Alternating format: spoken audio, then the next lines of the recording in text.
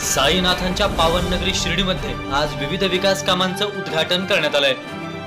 माननीय आमदार श्री राधाकृष्ण एकनाथराव विखे पाटील, माजी गृहनिर्माण मंत्री महाराष्ट्र राज्य यांच्या शुभ हस्ते शिर्डी नगरपंचायत शिर्डीच्या विविध विकास कामांचं भूमिपूजन व लोकार्पण सोहळा तसेच श्री साईबाबा संस्थान कर्मचारी वेलफेअर संघटना शिर्डी या नवीन कर्मचारी संघटनेचा उद्घाटन समारंभ व फलक अनावरण या प्रसंगी करण्यात आले। या सोहळ्यासाठी शिर्डीचे प्रथम नगराध्यक्ष कैलास बापू कोते, विद्यमान नगराध्यक्षा श्रीमती अर्चनाताई कोते यांच्यासह माजी उपनगराध्यक्ष तसेच विद्यमान नगरसेवक, ग्रामस्थ, कर्मचारी मोठ्या संख्येने उपस्थित होते।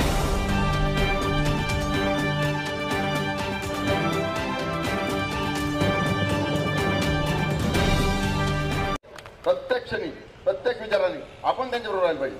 साहेबाचं काय कॉल आपल्याला काय पण आपण ते आपल्याबरोबर राहण्यापेक्षा आपण त्यांच्याबरोबर राहिलं, साहेबांना हक्काने जर सांगितलं की साहेब आम्हाला हे करायचं आहे, साहेब मला असं वाटतं माझा 22-20 वर्षाचा अनुभव आहे ज्ञानेश्वर गोंदकरांचा, माझ्याबरोबर जेवढा अनुभव आहे आम्हाला खात्री आहे की साहेब या शिर्डीच्या विकासाला पुढे नेण्याचं काम 100% करतील। पण आपलं गाव जरा 12 विचारायचं आहे, 12 विचारायचं असल्यामुळे एक तिकडं आता योगाकडे पहा किती चांगला आनंदाचा क्षण आहे। आता क्षण जर काय मला आता बाकीच्यांना थोडा कोणा जीवतापाला कोणाला डेंगू झाला म्हणून आले नसते, त्याच्याबद्दल आपल्याला बोलायचं नाही। पण आपण नेहमी आमदार साहेबांबरोबर राहिलो तर सिटीच्या विकासाला नक्कीच चालना मिळेल मला पण। मग आपण कुठेतरी एका चौकात बसायचं नाही, भाऊ ते साहेबांचं कसं येतच नाही, सिटीत लक्षच घ्यायचं नाही, आपण या ना आपला त्यांचं काही खोळमा नाही। आपण या सिटीच्या विकासासाठी सातत्याने त्यांच्याकडे गेलो पाहिजे, त्यांना सांगितलं पाहिजे आणि हक्काने सांगितलं पाहिजे साहेब तुम्ही इथले आमदार आहे, तुम्ही इथले नामदार आहे, आम्हाला सिटीचा विकास करण्यासाठी तुम्ही आमच्याबरोबर राहा, अशा प्रकारचं सिटीकरांनी भूमिका घेतली पाहिजे तर आपल्याला भविष्यात खूप करता येईल। पण आपला 12 विचाराचं गाव आहे, 12 विचार कळत आहे तुम्हाला? 12 विचार म्हणून प्रामाणिकपणे म्हणले 12 विचाराचं आपण म्हणजे आपण विचार मागे पुढे सोडून दिले पाहिजे। 12 विचारांनी सगळ्या लोकांनी एकत्र येऊन आपल्याला सिटीचा विकास जर करायचा असेल तर राधाकृष्ण विखे पाटलांबरोबर राहिलं पाहिजे असं माझं प्रामाणिक मत आहे। तुम्हाला काय वाटतं? राहिलं पाहिजे 100%। म्हणून कुठल्या ना कुठल्या कामानिमित्त कुठला विषय असू द्या, म्हणजे सिटीत टाचणी जरी पडली तर साहेबांनी विचारण्याचं काम केलं पाहिजे। पण साहेब आपल्याला तुम्हाला एक विनंती करायची आहे, आमच्या सिटीमध्ये काय झालं मोबाईल फोनवाले झाले, त्यामुळं हा फोन गेला का तो हा दळतो, तो गेला का हा दळतो, तुमचं सुद्धा कन्फ्युज करण्याचं काम आमचे सगळे 12 विचाराचे लोक करतात तुमचे। आणि हे जर थांबवलं साहेब या सिटीमध्ये शिस्त लागण्याचं काम होईल। मोबाईलच लय झाले आमच्या गावामध्ये, इकून गेले का मोबाईल लाव, तिकून गेले का मोबाईल लाव, इकून गेलं का चुकीचं सांग, तिकून काय एवढं जर साहेबांनी जर ऐकलं ना काय सिटीचं एकदम सुरेख वातावरण आहे। पण साहेबाला इथं चांगले लोक झाले का काय करू, आपल्याला सुद्धा आंबळ झालं, आम्ही 22 वर्षापासून काम करतो, साहेबांचं सुद्धा अवघड कम झालं। आणि यापुढं साईबाबा संस्थांच्या विश्वस्त मंडळामध्ये कोणी येईल असेल, कोणी येईल आपल्याला माहित नाही, पण भविष्यासाठी शिर्डीच्या विकासासाठी शिर्डीचा साईबाबा संस्थांचा शिर्डीच्या विकासासाठीच पैसा खर्च झाला पाहिजे, तो बाहेर जाऊन देणार नाही अशा प्रकारचं काम आपल्याला भविष्यकाळात करायचं आहे। कुठला येऊ पण शिर्डीच्या विकासासाठी त्यांनी निधी उपलब्ध करून दिला पाहिजे, साई भक्तांसाठी दिला पाहिजे, शिर्डीच्या ग्रामस्थांसाठी दिला पाहिजे, अशा प्रकारचं भविष्यकाळात साईबाबा संस्थांकडून काम झालं पाहिजे। आणि जर बाहेर जर निधी देण्याचा कोणी प्रयत्न केला तर त्यासाठी शिर्डीकरांनी एक उठून तो थांबवण्याचं काम सुद्धा आपल्याला भविष्यकाळात करायला लागेल। आणि हे सगळं करीत असताना आमच्या दिघे साहेबांच्या संदर्भात सगळे लोक सांगतात, मी पण त्यांचं अभिनंदन करतो, जाहीर करतो आनंदाने का असा सक्षम अधिकारी खूप आपल्याकडे कमी येतात, खूप चांगलं काम करतात, त्यांच्या कामाचा आवाका खूप मोठा आहे। पण त्यांनी अलीकडच्या काळामध्ये हे याचे झाडं लावले, खजुराचे झाड लावले। एक खजुराच्या झाडाला काय असे खवले ते वर जाऊन देत नाही, कोणाला खाली येऊन देत नाही, वर गेलेल्या माणसाला परत खाली येऊन देत नाही। आमचं म्हणणं आहे का तुम्ही सगळ्यांना आपला सबका मलिका किंवा एक दुजे गेला पाहिला असेल त्याप्रमाणे करा। एक दुजे गेले पाहिला असेल साहेब तुम्ही एक दुजे गेले साहेब गेलं ना या सिटी गावामध्ये विकासाला तुम्हाला कोणीच अडचण करणार नाही। म्हणजे मला बोलवलं पाहिजे असं काही नाही, पण जे 17, 18 और 20 लोक आहे तुमचे त्यासाठी एक दुजे गेले तर काम करा, भविष्यकाळात ते सुद्धा तुमच्यावर राहतील। साहेबांचं काम खूप चांगलं आहे, त्यांना सुद्धा मनापासून धन्यवाद देतो।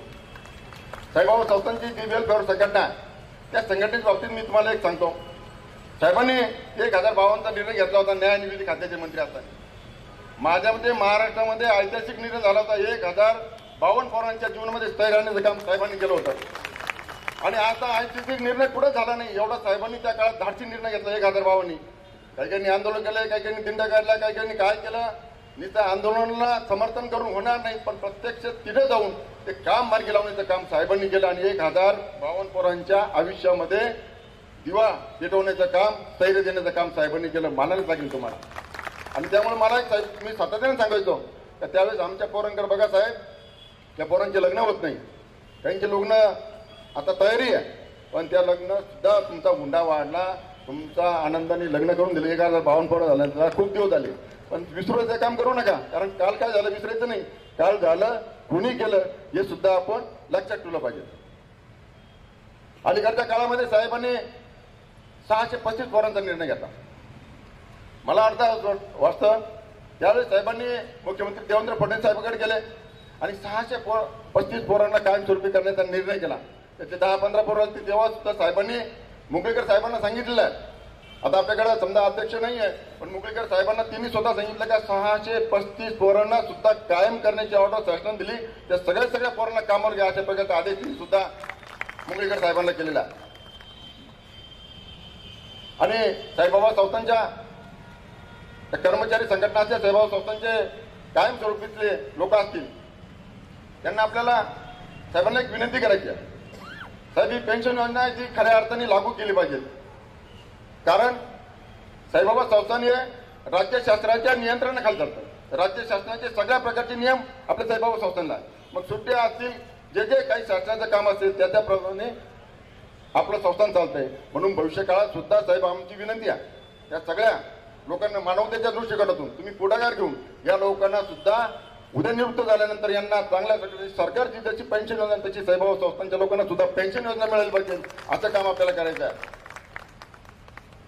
आणि साहेब, छोटे छोटे विषय जसं प्रतापरावांनी सांगितलं, त्यांच्या काही लोकांनी सांगितलं, अनुकंपांचा जो विषय तो महत्वाचा आहे. तो एक विषय साईबाबा संस्थांनी घेतला पाहिजे.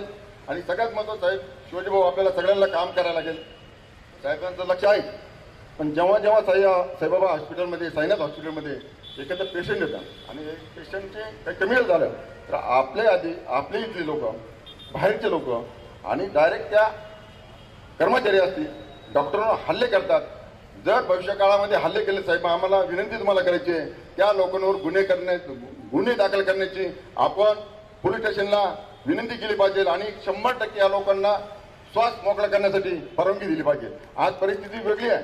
आज नरोडे सर बसलेले आहे, कोणी आलं, आम्ही गावातले प्रत्येक जण जातो, प्रत्येक जण येतो आणि त्या डॉक्टरांवर प्रेशर आहे, नर्सवर प्रेशर आहे, त्या तिथल्या अनेक प्रकारचे डॉक्टर आहेत, त्यांना सगळ्यांवर प्रेशर आहे. म्हणून त्यांना करता येत नाही. मग आपले डॉक्टर काय करतात का बाबा हे झंझट नको म्हणून आमच्याकडे काही जागा उपलब्ध नाही, तुम्ही तुमच्या दुसरीकडे घेऊन जा.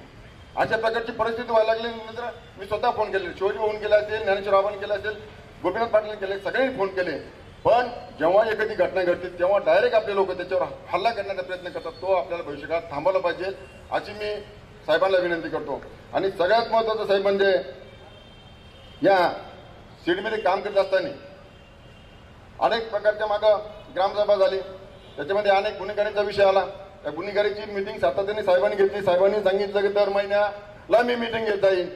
त्यामुळे मला असं वाटतं का इथल्या गुन्हेगारीला 100% आळा बसण्याचं काम सुद्धा होणार आहे. भविष्य काळामध्ये साहेबांनी सांगितलं दर महिन्याला मिटिंग घ्या. त्या महिन्याला मिटिंग घेऊन इथल्या गुन्हेगारी असेल, अनेक प्रकारचे जे काही गुन्हेगारी चालू आहे ती सुद्धा थांबण्याचं काम करणार आहे.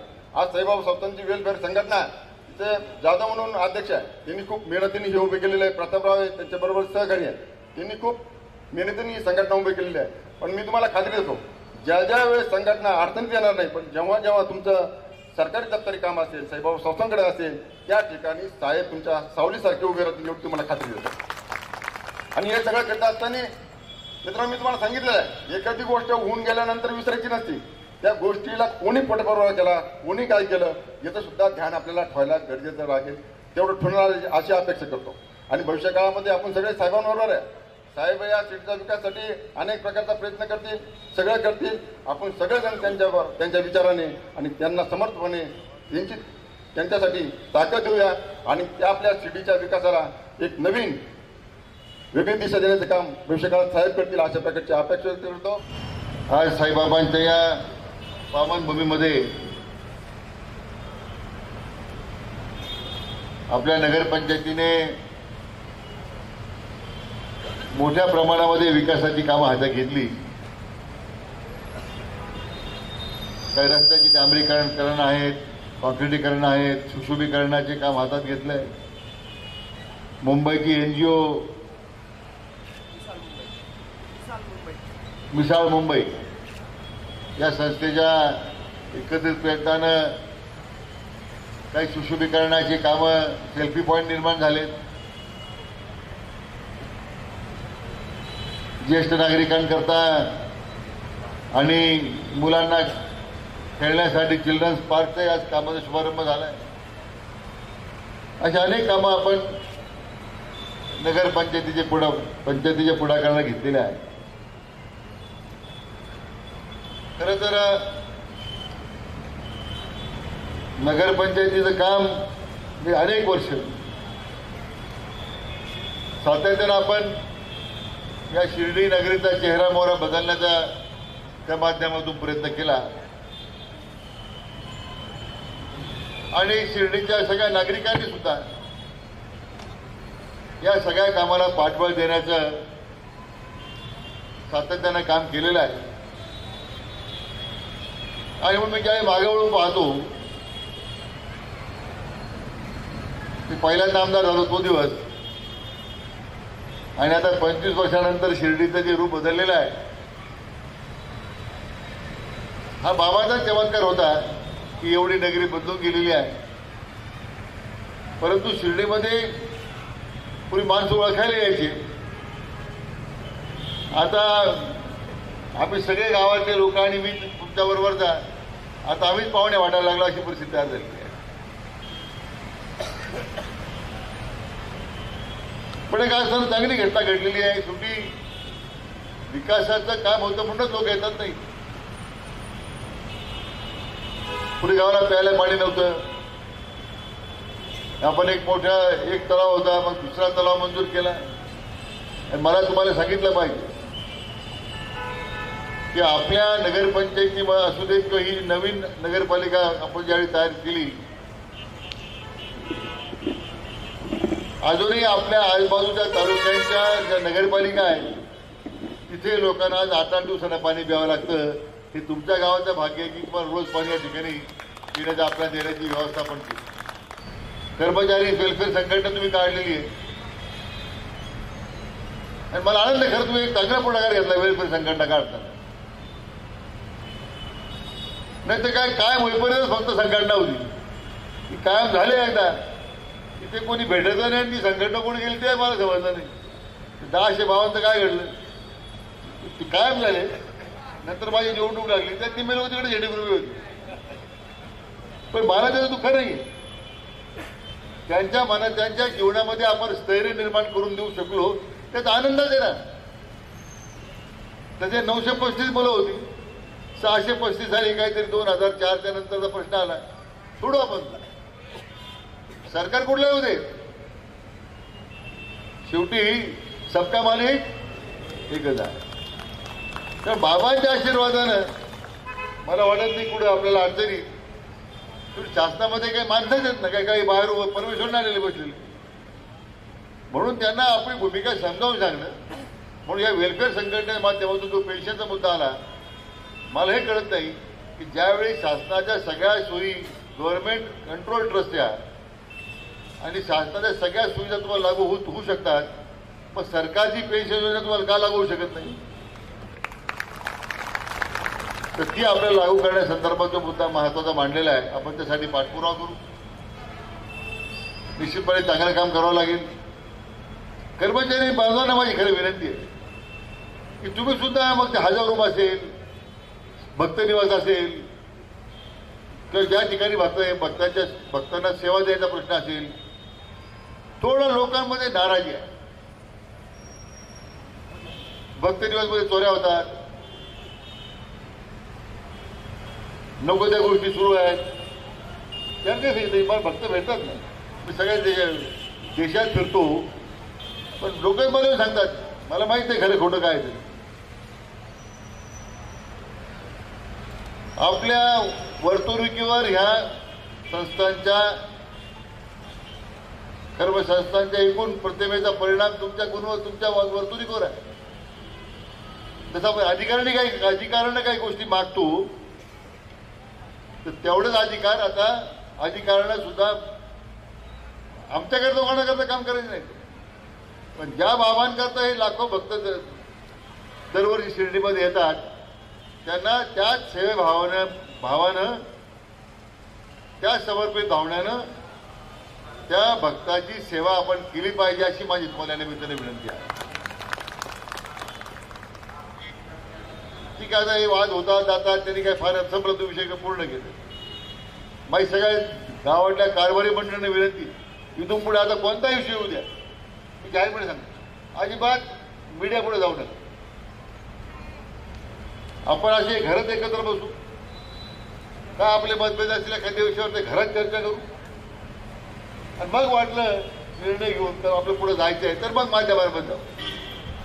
नाही, त्या चर्चा माध्यमांमध्ये घडल्या जातात आणि त्याचे परिणाम शेवटी गावावर होतात, हे लक्षात ठेवा. बाबांची कृपा होती म्हणून निभावले सगळे,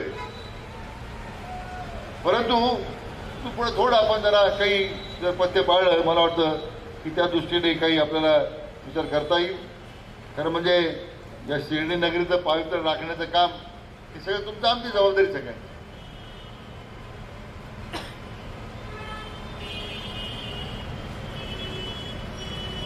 इथे काही अडचणी मग शिवाजीरावांनी मांडल्यात पोलीस खात्यासंदर्भात, ठीक आहे, त्याच्यामध्ये आपण लक्ष घालू. तर म्हणजे आपला बायपासचं कामच काय त्याला कुठे विघ्न लागलं, तो दर्जा एवढा खराब झाला त्या बायपासचा, तो कॉन्ट्रॅक्टर पळून गेला जो होता झालेला, आणि तर ती ट्रॅफिक एवढी मोठी त्या रस्त्याला की ते पुन्हा गाड्या इकडे यायचा प्रयत्न करत राहतात. भक्तांची संख्या तर वाढत जाणार आहे, पण मला असं वाटतं हा जो संपूर्ण रोड आहे तुमच्या त्या वड्यापासून ऋषिकेश हॉटेल कोणतं आहे तिथे, तर 1000 पर्यंत मला वाटतं या रोड हा नो ट्रॅफिक झोन करण्याची आवश्यकता आहे मला वाटतं. कारण काय तुम्हाला सगळे मोठे रोड, सगळ्या मागच्या बाजूने रोड झाले ना मोठे, त्यांच्या हॉटेलमध्ये जायला, त्यांच्या ठिकाणी यायला, आणखीन रोड करवला तर आणखीन करता येतील आपल्याला. जोपर्यंत तुम्ही ते करत नाही ना, तोपर्यंत तुम्हाला हे अडचण रोज येणार आहे. आता शिवाजी तुमचं हॉटेल गाड्यावर अडचण रोड ट्रॅफिक तुमचा आला म्हटलं, मी काय तुमचं व्यक्ती बोलत नाही, पण आता हा नामचूक काय रोड एकदा बंद केलेला कुठला नगरपंचायती, हा रोडचा ऍक्सेस तुम्हाला मिळतो ते नाही, हळू एकदम नाही बंद करायची गरज आहे. टप्प्याटप्प्याने हळूहळू लोकांना सवय लागेपर्यंत तुम्ही एकदा बसा एकत्र सगळे, काय मार्ग निघू शकतो. कारण हे पोलिसांचं काम नाही तुम्हाला, ठीक आहे, तुम्हाला माहिती आहे गाड्या काय सुटतात काय सोडल्या जातात, ही जाहीरपणे बोलण्याची गोष्ट नाही. कारवाई करून किंवा कर्मचारी किती लोकांना बदलणार तुम्ही तिथे, ते खोला खोदत राहतात. तो 100 घेत होता, 200 घेईल, काय म्हणजे फरक पडत नाही काय. वाईट लागत नाही सगळे सावळीजवळ ज्या पद्धतीने साहेबा भक्त लुटण्याचं काम पोलीस करायचे तिथले ट्रॅफिकचे, वाईट वाटतं कधी कधी त्या गोष्टीचं. याला वाटत याला म्हणजे बाबाच्या नगरीमध्ये आपण सर्रास भक्तांची लूट करतोय, बाबा तुम्हाला क्षमा करणार नाही हे त्यांनी लक्षात घेतलं पाहिजे. पण त्याच्यावर काय परिणाम होतो, काय होतं पाहू तर पाहू पुढं काय पाहिजे. पण बदनामी गावची होती, ठीक आहे, त्यामध्ये आपण लक्ष घालू. या ठिकाणी पुष्कळ बोलण्यासारखं आहे, परंतु आज एक चांगला कार्यक्रम आपण घडून आणला. कारण मी आकडेवारी पाहत होतो की आतापर्यंत नगरपंचायतीने जे कामं सुरू केले किंवा आता जे आता प्रस्तावित केलेले कामं आहेत, म्हणजे पुढच्या 2 वर्षामध्ये मला वाटतं जवळजवळ 174 कोटीचे काम आपल्या शिर्डीत करायचे. 174 कोटी. आता एक चांगला ऑलिम्पिक साईजचा स्विमिंग पूल पुण्याचा बांधतो आपण, चांगला एखादा मल्टीपर्पज हॉल जिम करता येईल इथे. लोक जाऊन जाणार कुठं संध्याकाळी, इकडे इकडे उडबा सगळा टायपॅक्स जातील तिथं जिममध्ये.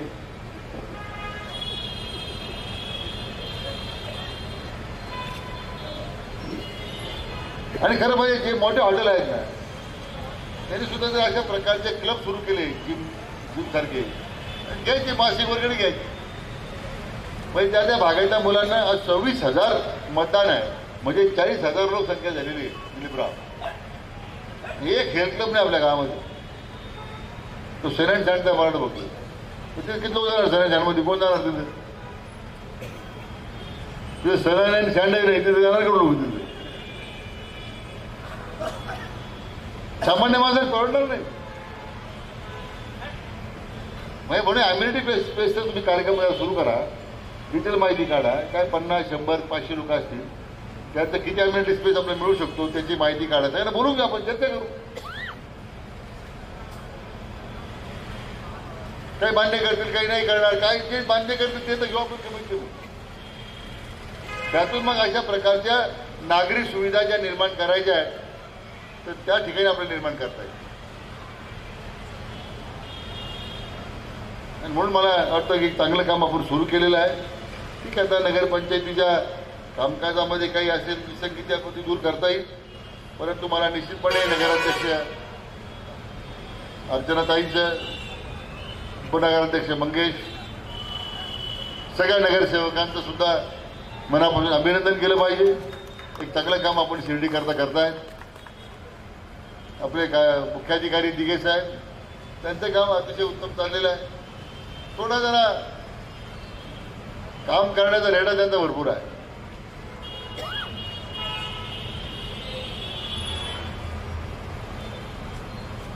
परंतु लोकशाही प्रक्रियेमध्ये काम करताना सगळ्यांना सामावून घेऊन करण्यासंदर्भातली भूमिका आता ठिकाणी मांडलेली आहे बापूंनी.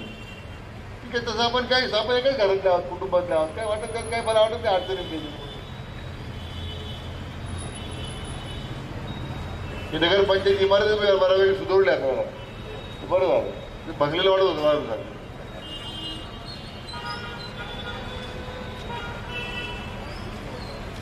आणि म्हणून मी मगाशी म्हटलं की हे जे शॉपिंग कॉम्प्लेक्स आहे याची उपयोगिता आज माझ्या दृष्टीने महत्वाची. ती कशी आपल्याला वाढवता येईल तो विचार आपण करा. काय घाबरून जातील, काय चाललंय आपलं मोठा करायचं, लई आंदोलन सुरू होईल इकडे. आचार्य प्रभूजी तुमचं काय दिसतो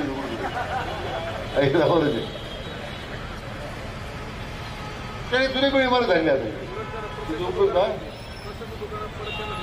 हा म्हणजे तिची उपयुक्त वाढवता कशी येईल आणि त्याच लोकांच्या आपल्याला देता येईल, व्यवस्था करता येईल.